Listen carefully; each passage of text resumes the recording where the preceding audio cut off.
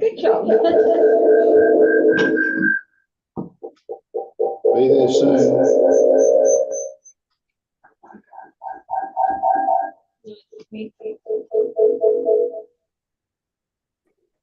I'll let them know. Have a little audio problem at the moment. Turn that sound actually off.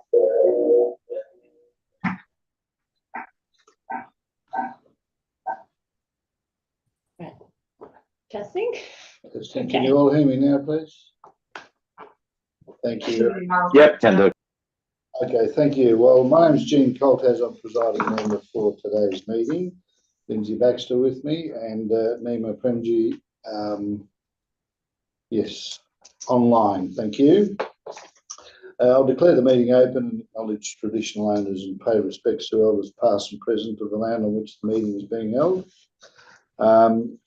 During the meeting, panel members may refer to technical devices to assist them in considering information that may be before them, and the meeting is being recorded and live streamed.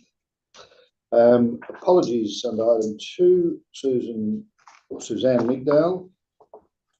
Item 3, members on leave of absence, there are none. Item 4, noting the minutes of previous meetings. They are all on the DAF website. Part B on the agenda, I'll ask all panel members to indicate that they have duly considered all the documentation within Part B of the agenda. Could you please note by raising your hand? Thank you. Thanks very much. And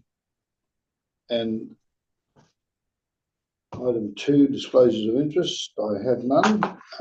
Did the council members send anything in? No? Okay. Went to council. Okay. All right. Item 3 is the item 3.1, the application for additions to existing educational establishment at Hale School in Hale Road, Wembley Downs. We have a presenter, Abby Goodall. Abby, you there? Thank you. Yes, can you hear and see me? Yes, we can. Thank you. Okay, perfect. Thank you, presiding member, and good afternoon, panel members and city officers. I am representing the applicant in support of the proposed Science and Technology building at Hale School. Following the recent completion of the Memorial Hall precinct at Hale School, Kerry Hill Architects were once again selected through a rigorous design competition as the lead architects for this proposed development. They've thoughtfully integrated the new building into the campus, respecting the scale and character of the existing buildings and the site's valuable natural assets. This high-quality building will replace outdated classrooms with a state-of-the-art science and technology facility, significantly enhancing the learning environment and providing specialised facilities that better meet the needs of students and staff. Centrally located within the school site, the proposed development fully complies with the built form controls, including building height and setbacks. We are pleased to receive the officer's recommendation for approval of this application, subject to conditions, and we thank the city's officers for their collaboration and engagement throughout the process. While we are largely supportive of the conditions of approval presented in the city's RAR, we respectfully request the deletion of condition 6. We do not consider it is relevant to this application, which does not propose or necessitate any changes to parking or access areas. The school site currently has a surplus of 195 car parking bays, ensuring adequate parking availability, even in the event of an unexpected delivery. If the concern pertains to the use of car bays, access areas, and existing landscaping during construction, we suggest that condition 6 be revised to an advice note tied to the site management plan. We appreciate the opportunity to discuss these conditions with the city's officers in advance of the meeting and respectfully request that condition 6 be modified in line with our presentation summary. I am joined today by Sean and Catherine from Kerry Hill Architects. We are happy to respond to any questions you might have. Thank you for your time. Thank you, Abby. Panel members, anyone have a question of the presenter? No? Thank you very much, Abby. Do any panel members wish to quiz or request confirmation of something from the council staff? Yes, Councillor Dewey. Thank you. Through the chair, I might just ask the City of Stirling on their thoughts regarding the removal of condition 6 from the parking? Do we see that leading to any issues? Thank you, through the chair. Would the panel like the city's general comment as well in the application, or just to address that condition? I think just that condition at this stage. Sure. So the applicant's justification for removing the condition is noted. However, we don't believe the condition should be removed, although there is no change to the car parking proposed, the proposed building doesn't exist in a void. It exists on a development site, which includes car parking bays and vehicle access and egress points. The development does rely on the existing car parking to function, and the development does result in a reduction of car parking. The surplus reduces from 237 to 195 bays, which indicates that it does have an impact on the existing car parking arrangements. Considering that the city is aware of historical car parking issues at peak times for this site, ensuring that car parking is available is important to ensure that the development site does not have a detrimental impact on the locality and that compliance is achieved. We do note that this is a standard condition that the city does apply on the majority of applications, including the previous approvals that have been issued for this site, including applications that have gone through the DAP process. Although we do acknowledge there may be brief periods when the bays or landscaping areas are required temporarily during construction, and that a site management plan or construction management plan would be applicable during these times, they're not applicable following the completion of the development. The city does believe there is a nexus between the condition and a need for this condition to be placed to ensure there is clarity around the provision of car parking and landscaping, which is to be used for their intended purposes.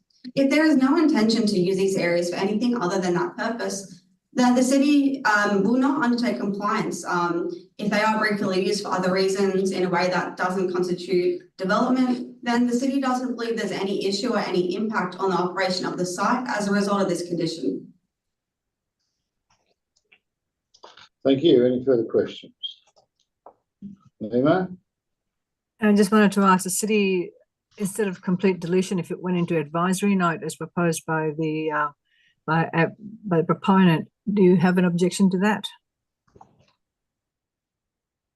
Through the chair, thank you for the question. I think we would be more comfortable with the condition being kept. We could add to the end of the condition, unless otherwise approved to the satisfaction of the city, to note that there might be more flexibility in terms of if it is needed temporarily. I guess a temporarily basis would probably be the other aspect, but we would, our preference would be to retain the condition. Thank you. Any further questions? Linda? Yeah, just a question to the city's officers. Advice notes 9, 10 and 11 of the recommendation appear to read as conditions. Was that intentional? And what's more, I'm a little bit concerned that they might apply retrospectively to other parts of the site. So that's advice notes 9, 10 and 11. Thank you. Through the chair. These are placed as advice and not as condition, because the city does note that there is a landscaping plan that will be provided for the site in general, and that there was indicative landscaping proposed as part of this development. So we're just making sure that that's understood to be our requirements. It's not conflicting with any notations on the landscaping plans that have been considered. Additionally, these conditions and advice notes were discussed with the applicant, and from the city's understanding, the applicant's agreeable to those advice notes. Okay, thank you. Thank you. Yes. If I may just ask one more regarding condition 3, I think there may be a few typos in the date column with April 2004, or is that correct?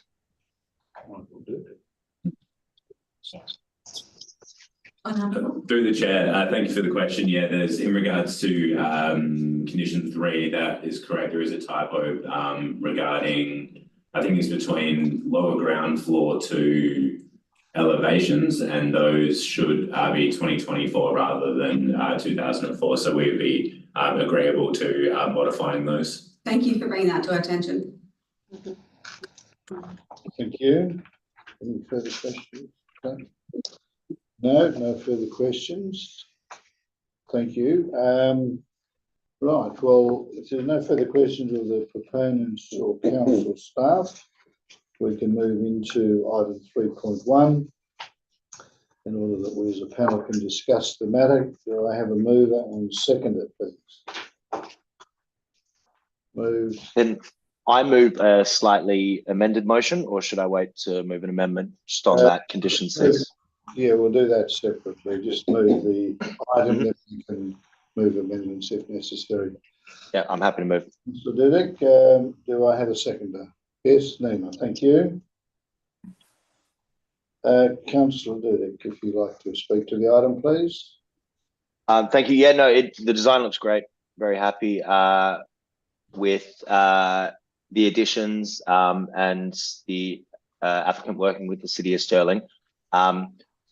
I do share the concern about the parking, just with the roads around that area being very busy, especially around school pickup times. I'd be very supportive of adding that amendment at the end of it, unless otherwise approved to the satisfaction of the city. And I know the city is always very happy to work with the applicants if there's a temporary need to put things in car bays, but otherwise, in terms of the actual bulk of the application, I have no issues. Thank you. Nima, would you like to speak to the item, please? I agree with Councillor Michael. It's a very good application. It's been well designed. It meets all the primary planning control and complies with the land use requirements. And I'm also happy with the foreshadow of the amendment to condition 6. Thank you. Any other panel members wish to speak to the item? Lindsay, thanks. Yeah, thank you. First of all, this is a development which complies with the zoning under both the Metropolitan Region scheme and the local planning scheme, and it's certainly a use envisaged under the private institution designation. The proposed development complies with almost all the required provisions of the local planning scheme, most particularly setbacks and height. The footprint of the building is acceptable and is of course replacing an existing building. It's unfortunate that some existing trees are required to be removed, but the replacement vegetation and landscaping is generally of a very high standard. The only area of discretion to be waived is the public art contribution, and for the reasons stated in the responsible authority report, I'm comfortable with that. The building itself is of exemplary design, and it's very similar to Building 360 at Murdoch University, which creates height and space. Hopefully this building will also be a place of exemplary learning. Having regard to those comments, I'm prepared to support approval of the application.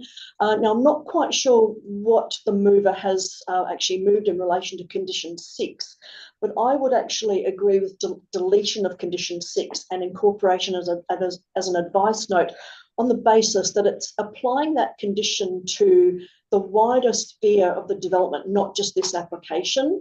And what's more, the car parking on this site is 532 bays. Whereas in fact it's only required to have 337 bays, so there's certainly not a shortage of car parking.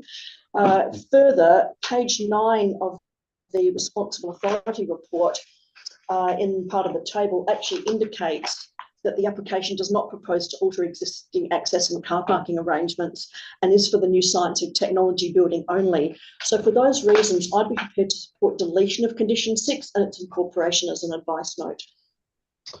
Thank you. Councillor Allo, you wish to speak? No, okay. Well, look, I too am supporting the application. It's replacing an existing building. The design review panel supported the proposal, and in terms of the design that's resulting, it's fits in well with the local environments, and it's going to be an asset to the locality. I too would support the deletion of condition 6 for the reasons that Lindsay stated, in that imposing a condition on a particular application across the whole site could lead to a number of strange conditions being imposed retrospectively on other matters. So with that, I will ask Councillor Dudek to close debate on the item, please. And if you wish to move a amendment motion, do so now, please. Yeah, no, thank you. And thanks for all the panel members for their comments. I would like to move that an amendment be added to condition 6 at the end that states unless otherwise approved to the satisfaction of the city. Okay, so you're moving that amendment. Do we have a seconder to that, please? Councillor Ollo? Yes, okay. All right, do anyone wish to speak against that amendment? If not, I'll put the amendment to the vote that condition 6 remain with the wording as suggested by Councillor Dudek. All those in favour? Against? 4 to 1. Okay. Councillor Dudek, you wish to close debate on the item? Yep. No. Otherwise, thanks to the applicant. I think this will look great in the school. Thanks to the city as well for all the work you do in making sure the community isn't badly affected by the developments when they happen. But I'm looking forward to seeing the final product, and yeah, not much else to say. Thank you. Okay, thank you. All right, now I'll put the item as recommended with the amendments. All those in favour? That's carried unanimously. Thank you very much. Getting on to item 4, there are no Form 2 DAP applications, no Section 31 set reconsiderations. There are noting on Part D, there are SAT applications and Supreme Court appeals at foot. If there are, they're on the DAP website. There being no general business, I will close the meeting at 1:17 p.m. Thank the presenters, the applicants, council staff and panel members, and we'll see you next time. Thank you. Thanks, guys. Bye. Thank you. Thanks. Cheers. Thank you.